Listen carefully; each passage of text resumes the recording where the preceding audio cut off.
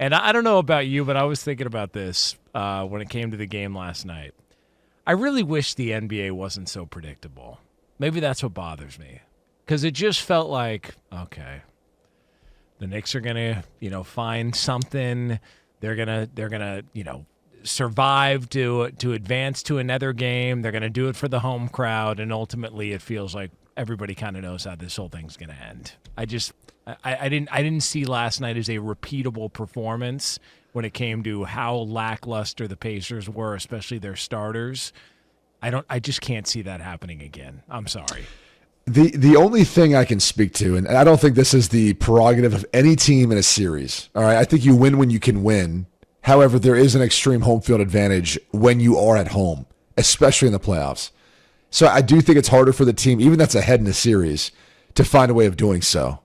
So, I mean, look, if you could have your druthers and you could win at home in the playoffs to advance, that's what you'd rather do. I mean, I've only been a part of it once in my lifetime when we were the Denver Broncos. We won in a wild card game at home. That game, the way it ended, the way we won it, I mean, I could only imagine how it would have been on the road. It would have been silent in Pittsburgh. It would have been so silent and quiet besides our sidelines and our players and teammates and coaches cheering. That's it. That's all it would have been. I can't imagine for a wild card playoff game, you would have had many Denver fans who would make their way into Pittsburgh to go be a part of that. So, winning at home, all the memories that I have from the celebration, the fans, the players advancing to the divisional round, like what that felt like, it was unbelievable. But it would have felt entirely different if it was on the road. So I don't know that players are in the back of their mind saying, if we're going to win a series, let's just push it so we can go win at home. I mean, I think you win when you can win. You don't want to give any team any opportunity to build momentum.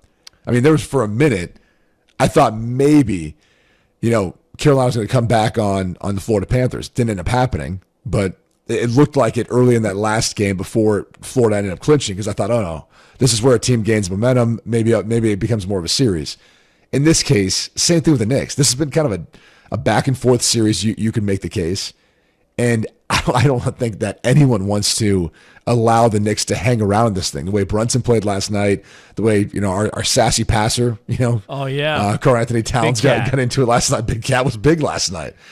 But I think you get my point. Like, if you're the Pacers, it does work out a little bit better if you clinch while you're at home to be in that environment, that arena, to celebrate with all your fans too. Yeah, it is. That is kind of a fun place to do it. And then one of the things you mentioned yesterday when you were talking to your brother-in-law about, listen, in the NHL, you're down 2-0 in a series. Are you worried? Long series. What about 3-0? Nah, whatever. Long series. We'll get them. Very, very dismissive, by the way. Long series. So I don't know. I don't know that is as applicable because we've seen teams come back from 3-0 and do it in the Stanley Cup playoffs. We've never seen it in the NBA, but we've seen teams come back from 3-1, and I don't know if that's the same in the NBA. But there's got to be something to.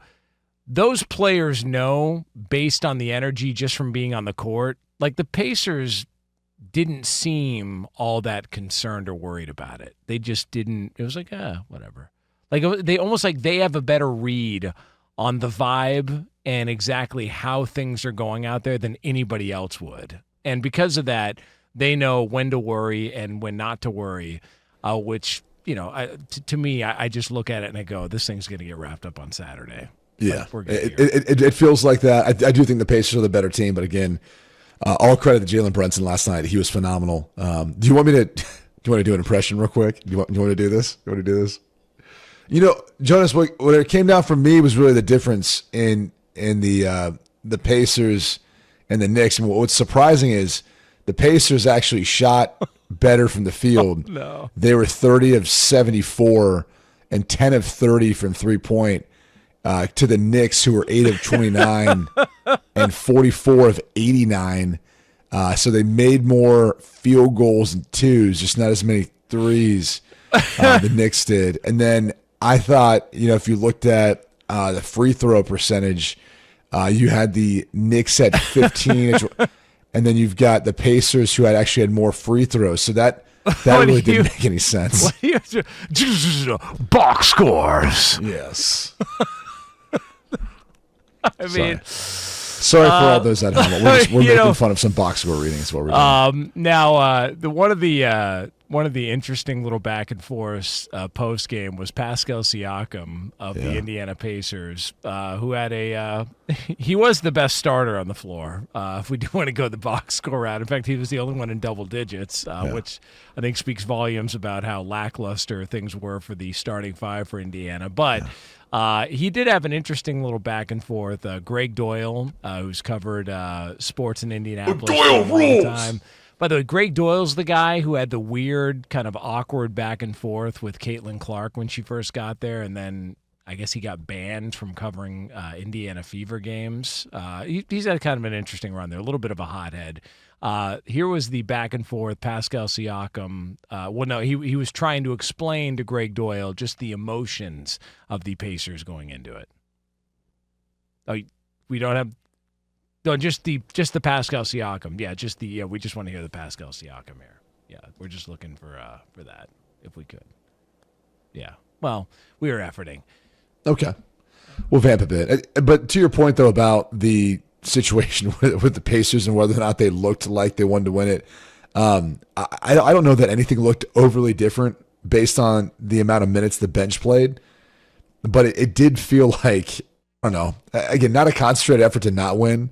But if they're going to win, Game 6 is really where you'd like to. And this is also where, if you are a conspiracy theorist type, look, clearly the league wants these things to go 6-7 games. Of course. And by the way, the TV networks, just so people understand at home who are listening, in order for you to start making money on a series, it has to go 6.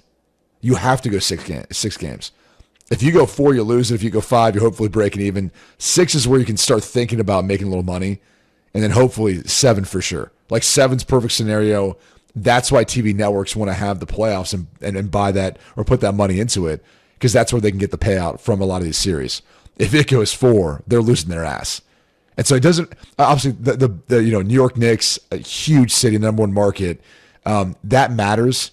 But Knicks Pacers Eastern Conference Finals, it's still pretty big. The viewership's going to be pretty significant regardless, but having the Knicks as a part of it, you want to milk that for as long as you can, because it looks like it's not going to be the Knicks in the NBA Finals. And so you're not going to get that number one market, that huge Knicks fan base that's willing to fly to the Midwest and watch their Knicks get their ass kicked by the Pacers there in Indianapolis. So you're not going to get any of that. Yeah, I mean, it is unfortunate we're going to have to suffer through the Knicks fan. Like the celebrity Knicks fans, I would love to know the real knowledge that they have of this team, because you've got Timothy Champagne and one of the Kardashians running around like all of a sudden they're the new super fans of the team. It's like, all right, okay, dude.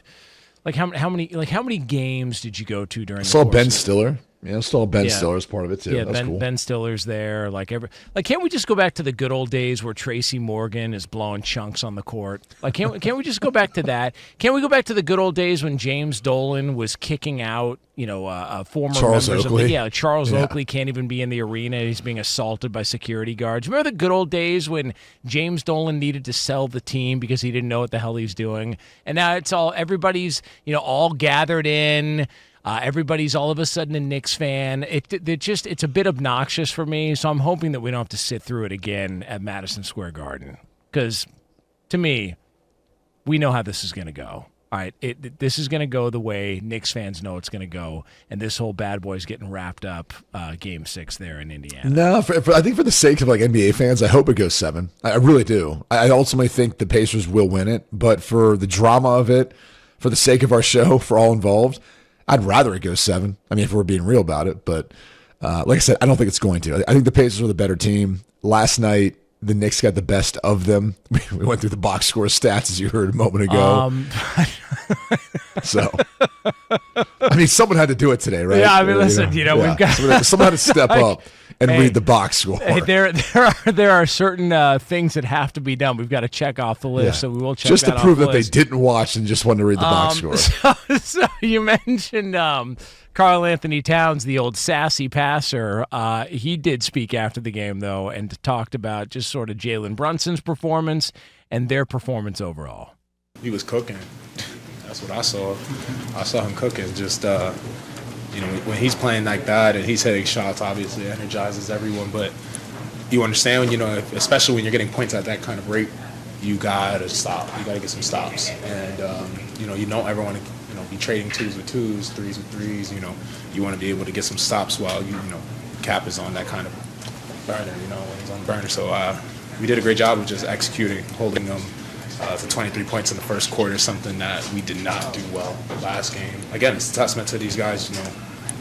After a tough last game, coming back to the drawing board and understanding the situation and playing with that desperation. I do like how Shaquille O'Neal and Charles Barkley post-game, because Cat came out on the floor and sat with him. Because, man, for as great of a show and as respected as a show as the TNT crew is, have you seen where they've had them located at Madison Square Garden?